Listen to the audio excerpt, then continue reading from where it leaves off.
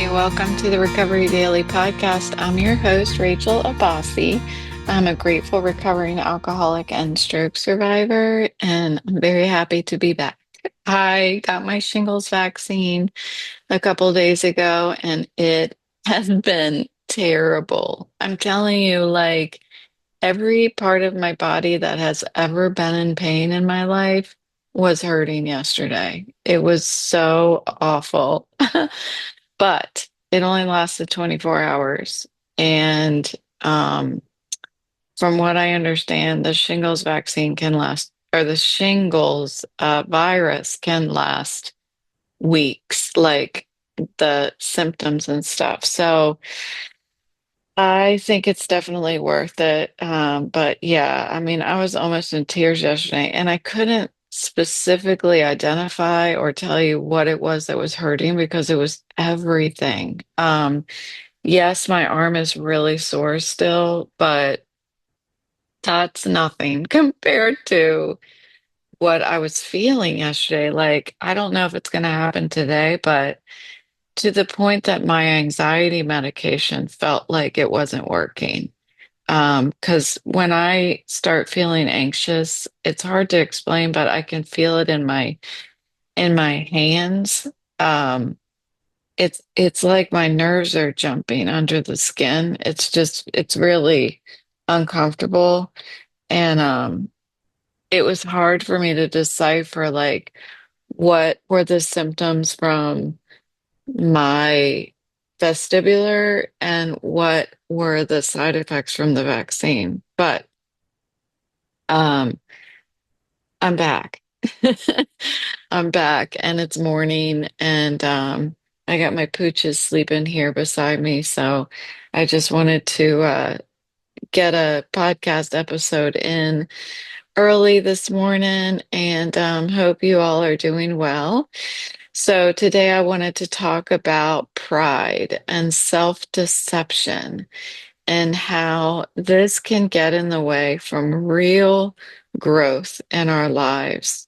And in my sobriety program, we have step 4, and this is about taking a look at our wrongs. And instead of pointing fingers at other people, like we often do, we're looking at what our role is in our relationships with others. Sorry, I was looking for my coffee.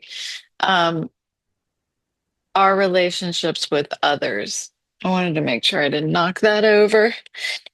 And when I was drinking, like I had all of these resentments towards people, and it was their fault.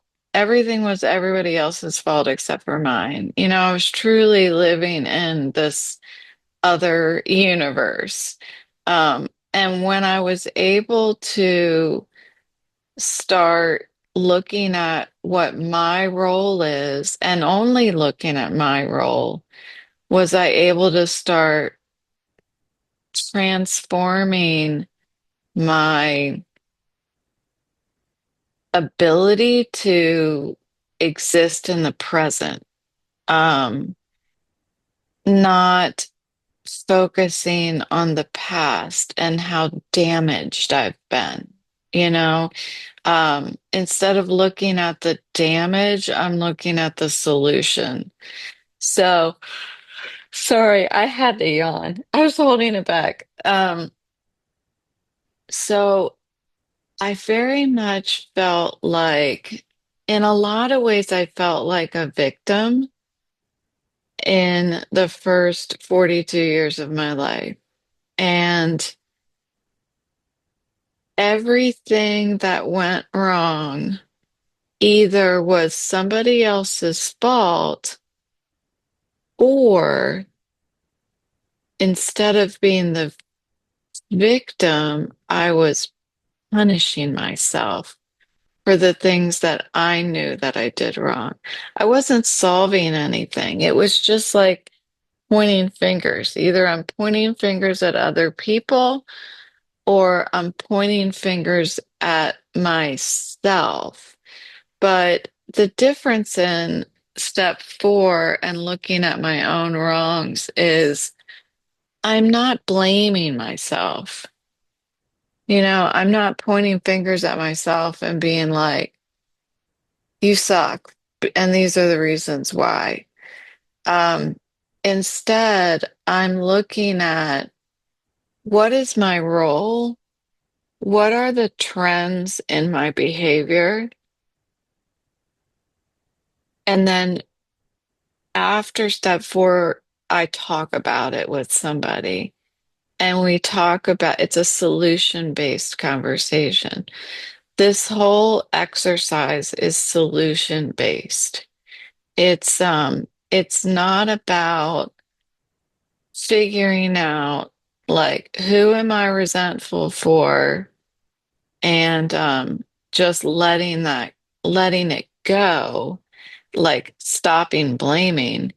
It's about, let's see, letting go and truly accepting, I think, other people rather than just being like, well, now I I'm losing my train of thought. I'm not angry anymore and I'm just letting it go. Like it's going to magically disappear. It's not like that. It's like I'm doing some work in order for that to happen.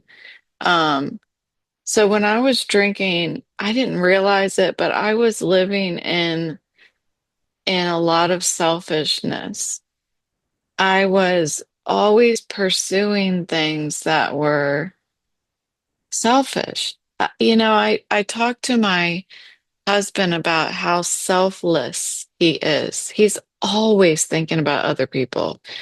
And I have always admired him for that. And I want to be more like that. That's what I've always said. I want to be more like you, where I remember if somebody has a food allergy, where I remember if somebody said they're worried about something, like where I remember things that people say so that I can apply them later in my conversations with them. I've never been able to do that. And I've recognized that the more I practice my program, where I'm able to stop looking so much at my wrongs in a blaming way and start looking at solutions, the more that I can start focusing on nurturing relationships. Um, Instead of blaming, blaming me, blaming them, always looking at the negative. And step four allowed me to look at the root cause of my behavior. Um, One of the readings a couple days ago before my shingles vaccine was about our instincts. And I thought that this was a really interesting thing to talk about. And I feel like I've done an episode on this before, but a year ago. I was gonna say years ago. I've only been doing this for a year. But looking at how have my instincts changed over the course of my sobriety? And that is fascinating to think about. Um, our instincts are supposed to be something innate in us that protect us, that work for us, not against us. And my instincts became just completely whacked when I was drinking. I had these instincts that I I couldn't even hold myself back. It was like if I had an instinct, I don't even know if that's the right word, but to address something with somebody that went wrong. Like that's a bad idea. When when I'm drinking to try to address and resolve a problem with another person when I'm drinking is not a good idea, because it's not going to resolve anything. But when I was drinking, I felt like, yeah, this is what I need to do. Yes, yes, this is what I need to do. And it's just like, even if somebody else tried to talk me out of it, there's no way I would listen to anybody. My instincts were just killing me. They were killing me. And then if you add pride to that equation, that was a gigantic obstacle. Like I said, with people trying to talk me out of something, that I wouldn't have listened to them just for the pure fact that I wanted to make sure that they knew that I was right, you know, that I knew what I was doing, that I'm being independent, because that's what I was trying to be my whole life, independent. I don't need help from other people. I'm going to blame others and not let anybody help me, I mean, no wonder I was slowly isolating myself, because why would I want to be around other people that are trying to make me feel like I don't know what I'm doing, and they do everything wrong, and I'm just going to blame them afterwards. Like, why wouldn't I isolate? Um, but as I started to look at my own conduct and my selfishness and the choices that I made, it was really like just a light bulb, that went on over my head. I started to see how the way that I was acting was pushing people away from me in order to isolate. Um, I got to look at my role in circumstances. And because I got to be introduced to that idea of looking at my role in circumstances, I continue on a daily basis to try my very best to look at my role in circumstances. And I've said this a lot, I think. M- what I'm noticing more and more is that I don't always have to play a role in a circumstance. Sometimes I can just sit back and let life play out on its own without me thinking that I can control it, without thinking that I can change things that I can't change. Um, and so, with all of this practice, everything has begun to change on its own. I stopped looking at myself as a victim, either a victim or a terrible person. That's what I was looking at myself as. Um, Instead, I'm taking responsibility for my role, taking responsibility and owning up to the things that I can change. And this morning we were talking about the Serenity Prayer, and I was mentioning how brave the Serenity Prayer has made me feel, throughout my sobriety. The part about the courage to change the things I can. It makes me feel like I'm putting on my Superwoman um, uniform sometimes when I read that yeah, I can do this. And I know I can do it because all the things that I have been faced with in sobriety, I've been able to handle it. Like I was talking about in a previous podcast episode about handling things. I know I can do it because I'm already handling it. I already got out of bed despite. And that is a way of handling something.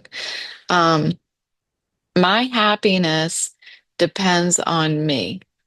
It doesn't matter what other people do. It matters what I do. And I used to have this distorted perception of reality. My mind was sick. It wasn't just the drinking. The drinking was a symptom. My mind was sick. My chemicals were off. If anybody tried to help me, I was like, this isn't going to work. Whatever it is that you are trying to help me do isn't going to work. And today, my default, my instinct still is initially, I don't want your help. This isn't going to work. You're wrong. I don't know why, but that is my first reaction. But my cure for that is to not act on my first reaction, is to, when I feel that reaction internally, I make myself keep my mouth shut and I pause, because that allows me to take another beat and think, maybe this person is right. Maybe this is going to work. What if it does? What if it does work? So stopping looking at the negative and looking at the solution again, to approach life with an open mind. Stay present.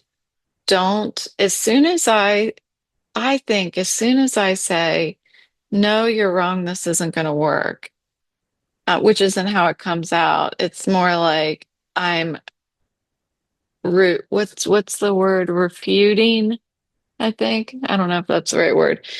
What the other person is saying and restating my way, which I think is the right way. Instead of doing that, I'm saying, pause. What if they're right? You know? Um, and quite often they are.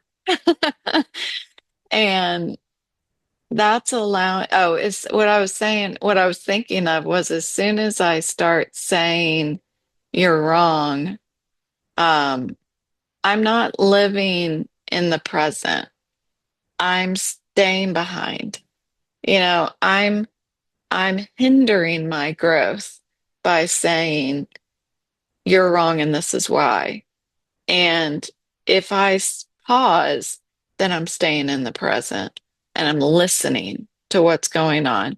I'm not stopping and blocking off, you know, putting an obstacle between me and the person trying to help me. But instead, I'm pausing, staying present, living in the now, and staying open to possibilities.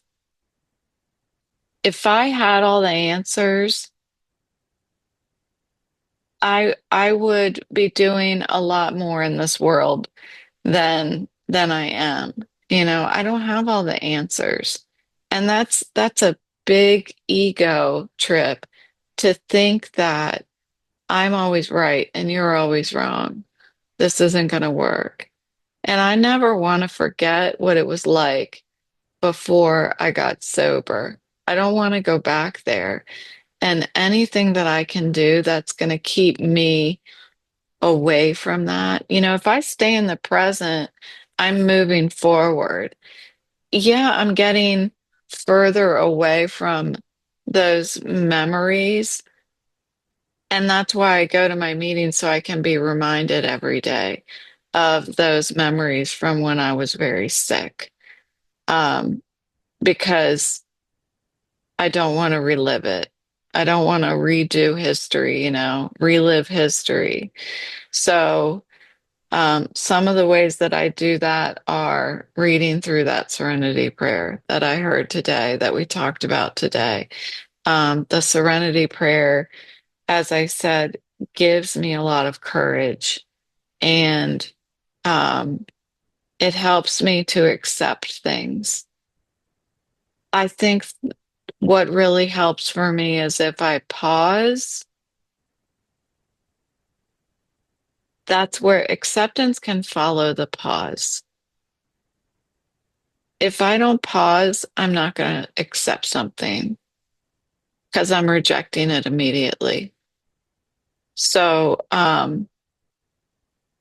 get the wisdom to know the difference from practicing, living this way day by day, you know? So that's what I've got today. I'm so happy to be back. I'm so happy to feel okay. Thanks for listening, and I will talk to you tomorrow.